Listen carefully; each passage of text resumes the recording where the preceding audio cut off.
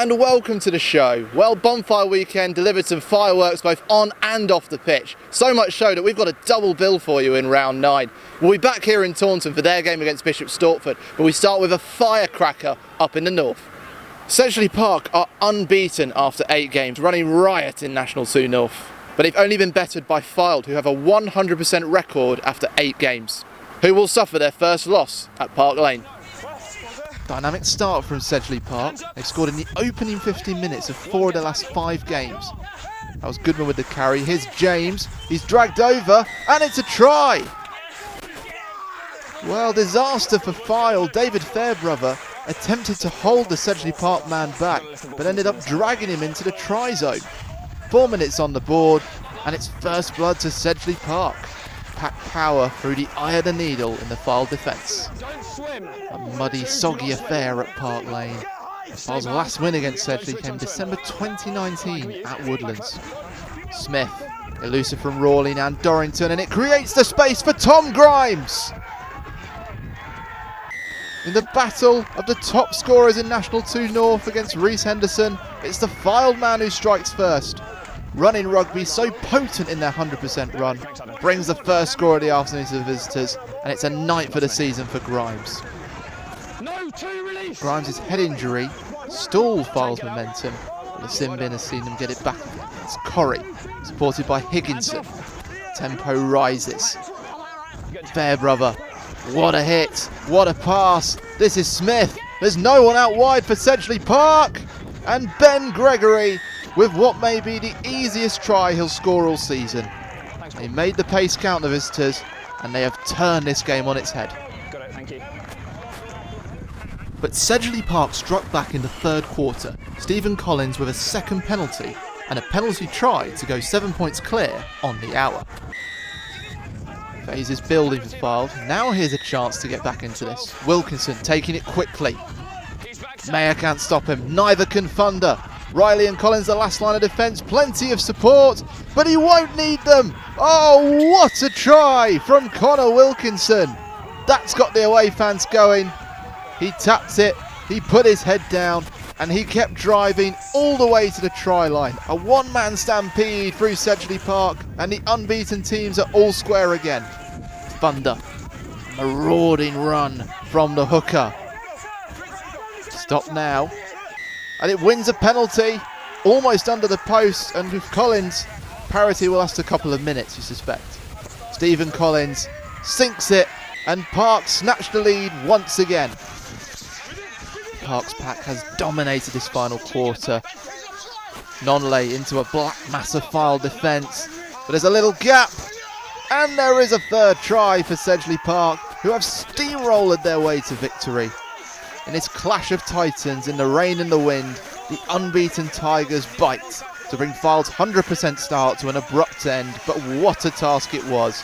Full time, Sedgley Park 30, Fylde 20. Yeah, obviously disappointed from the game today. We came into the game confident, knowing playing against a top side in the league. And I think the match showed it, although we were on the wrong side of the result. Managed to get the momentum sorted in the second half in terms of the big moments in the game, and we unfortunately couldn't. From a foul point of view, too many unforced errors, and gave sort of field position in a tight contest. But we'll dust ourselves down. We'll look at it in the week. Yeah, it was a tough game. First 40, we were in the game. Was dominating in collisions, and yeah, it was difficult. But second half, we come out. Sedge were the better and got the better of us. Look forward to them playing at our place, but lots of positive for the Fylde lads. And as we kickstart November, we take time to remember those who have given their lives for their country in war. Rugby has a strong connection to the military, and no club more so than Taunton Titans. We joined the Somerset side on their Armed Forces Day, where a covenant has been signed, the young military forces are on display, and a minute's silence is taken before kick-off.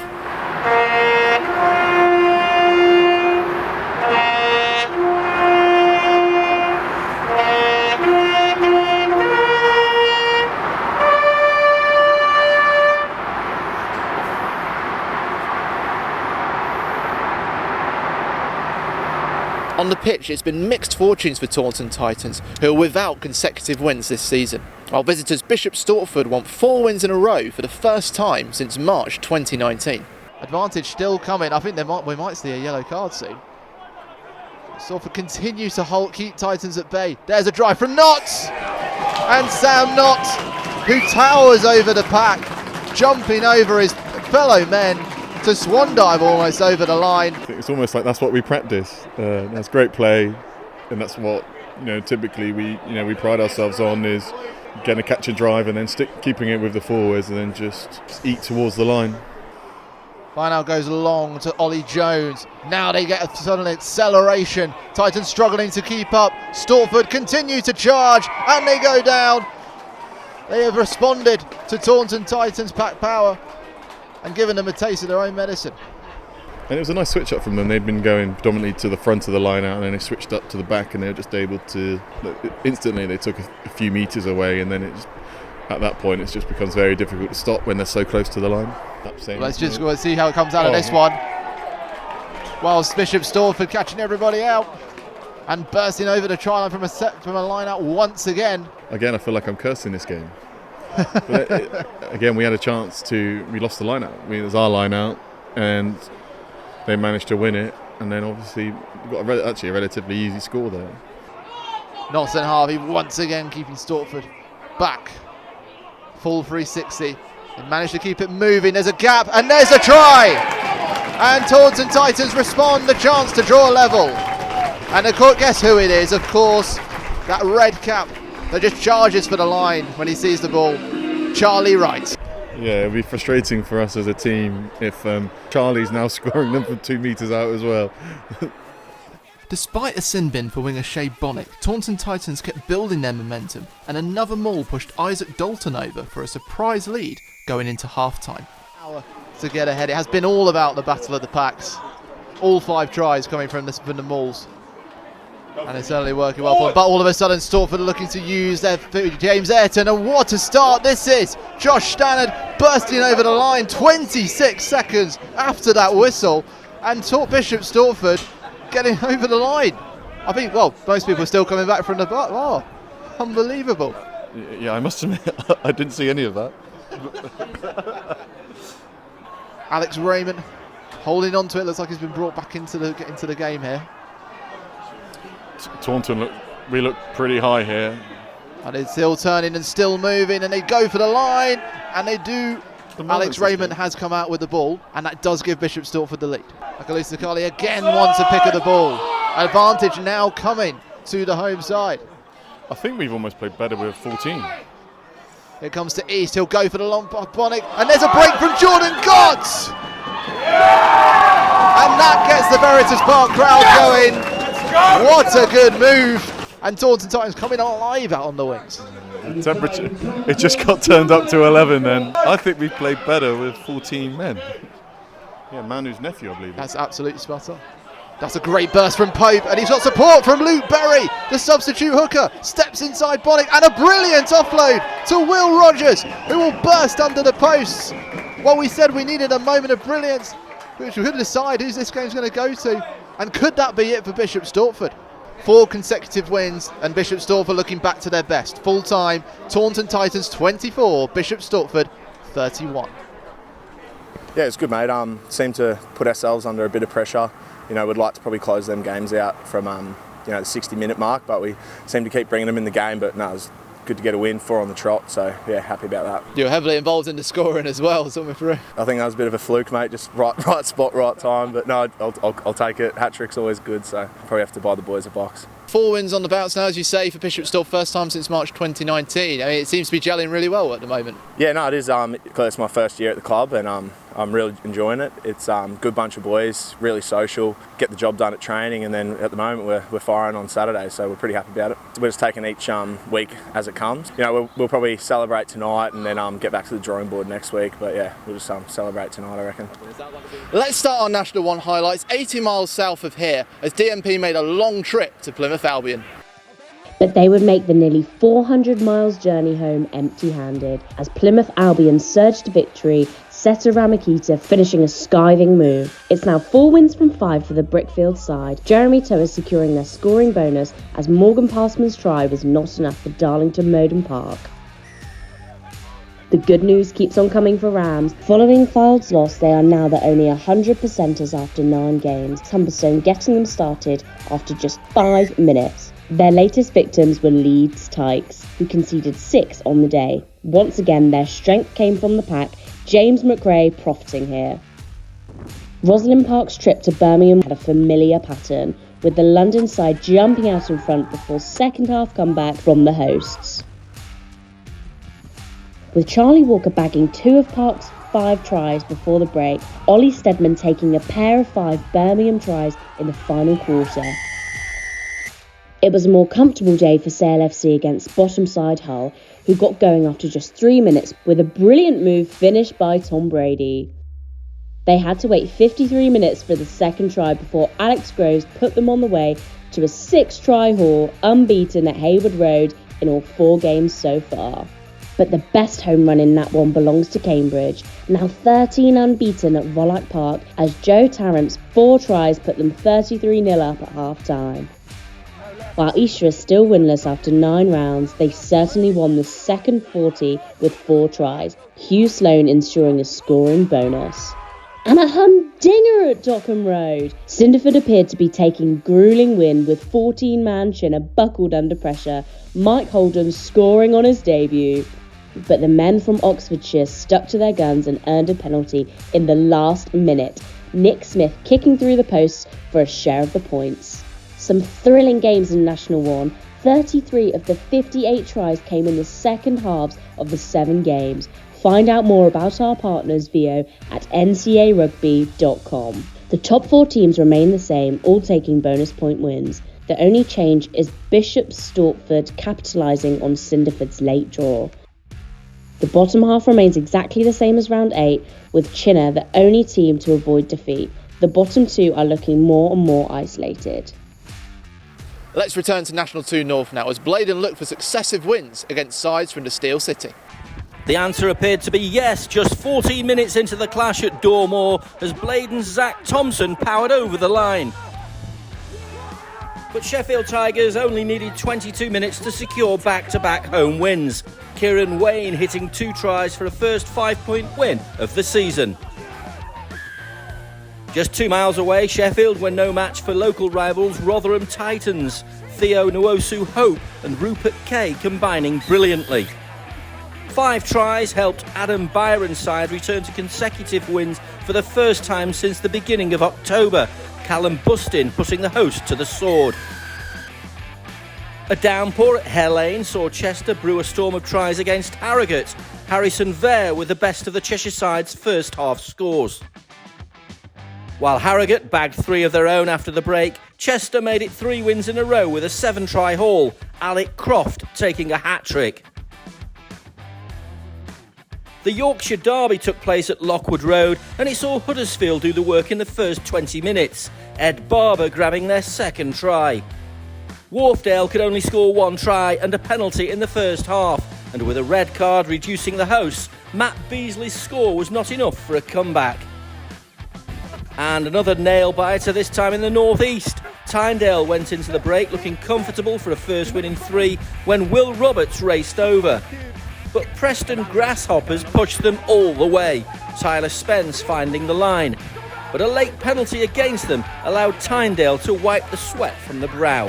A tense day in National 2 North as the teams battled the weather. Otley and Hull Ionians played their round 9 clash in the first rest week, the Humber side taking it. There is a new leader following Sedgley Park's win, but they're level on points with Fylde. Rotherham Titans and Chester capitalise on the game in hand over Otley. Tynedale take Sheffield's place. The bottom 6 remain the same as wins for Sheffield Tigers and Huddersfield mean 12 points separate 9th to 13th. Here's the action from National 2 East with a tremendous top half meeting on the south coast.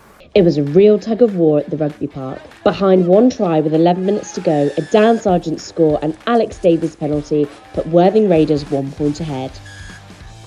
But Henley Hawks saved their best until the last minute as substitute Ross Lewis ran in the winning try for fantastic celebrations.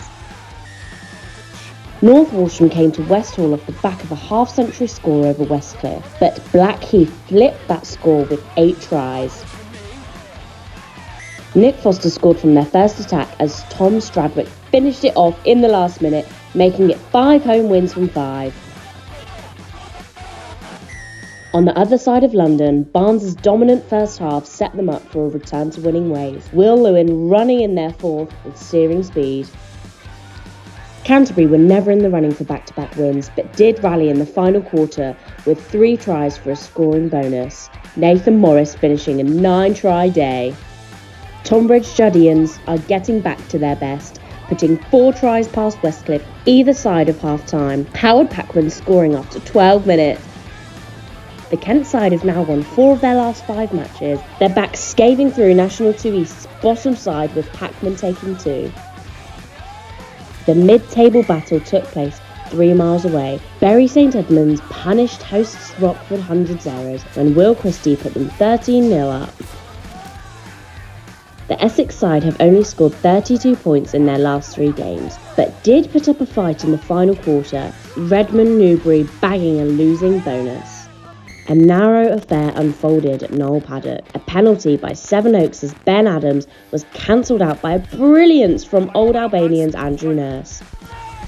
As both sides struggled in the mud, it was Alex Newt who made the difference for the visitors, a first win since mid-October secured. And a super game in Surrey. Guernsey aimed to build on last week's dramatic win against Worthing with a shock at high-flying Dorking when Dan Morgan drew them level after 4 minutes. But Armand Rooks' side would continue their strong start with a rapid restart, Toby McRae bundling over. Some big wins for National 2 East's high flyers. Blackheath and TJ scored 16 of the 43 tries in round 9's 7 games. The top 3 are the same. Tonbridge Juddians' big win sends them up 3 places. Bury St Edmunds take Worthing Raiders' place in the top half.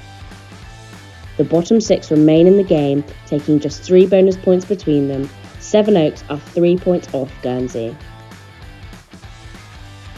And let's finish in National 2 West with a meeting of struggling promoted sides at the Nest. Hornets and Newport Salop entertained fans with 6 first-half tries, only separated by 1 conversion, Jack Wells with 2 for the visitors. But the second 40 belonged to the hosts, Alec Chase bagging 2 tries and getting started just 2 minutes after the break for a second Hornets win of the season. Staying in the bottom half, Barnstaple were on for back-to-back wins against the league leaders when Jacob Murphy put the North Devon side 3 points ahead at half-time. But 4 yellow cards allowed Leicester Lions to cut through the Pottington Road side on 4 occasions, Zach Bean helping them to 4 consecutive bonus point wins. Another top versus bottom clash took place at the Rec as Redruth scored 5 unanswered first-half tries in 24 minutes, Will Trewin taking a stunner here. Bourneville were inspired in the dressing room to produce a game of 2 halves, Mikey Ho getting their scoring started, but it was only 3 as they took nothing. Let's head to the Midlands where Loughborough students blitzed Old Redcliffians with 5 tries in 22 second-half minutes, Jake Metcalf helping them to half a century. Old Redcliffians put up a battle but lost out in the fitness contest. Andy Butler's last-minute drive ensured they took a deserved scoring bonus in a 13-try thriller. It was a bad day for the other set of students at Exeter University who never got going against a brutish Luctonians pack featuring Connor Dagnan. Ben Link soon got involved in the action, taking a hat-trick in the soaking conditions as the students have now lost consecutive home games.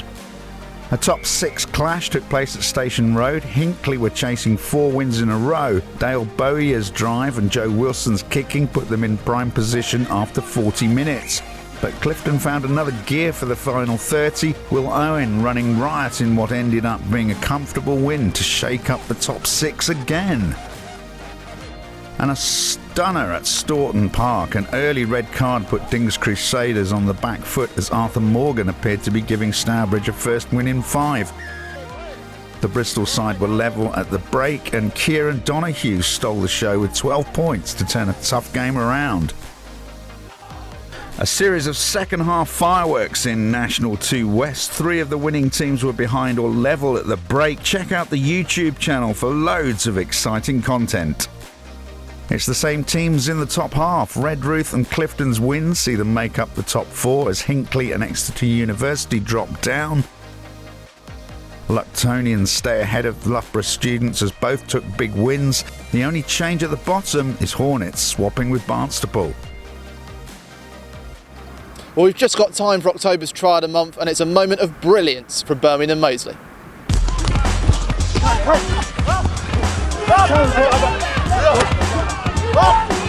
Ball's there! Lost! Not playing the ball.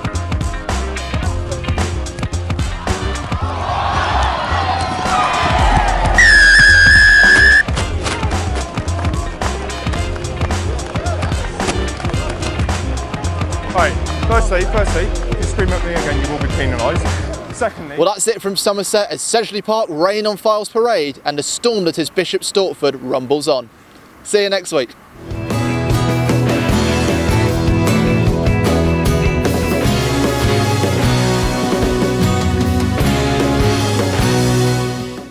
What's up guys, Warren Muggleton here. Thank you so much for watching that National League Rugby video. For more from the 3rd and 4th tiers of English rugby, then subscribe just over here. And don't forget to click the bell so you're notified when new content is published. Just over there, especially on this bonfire weekend, there's plenty more fireworks going on there.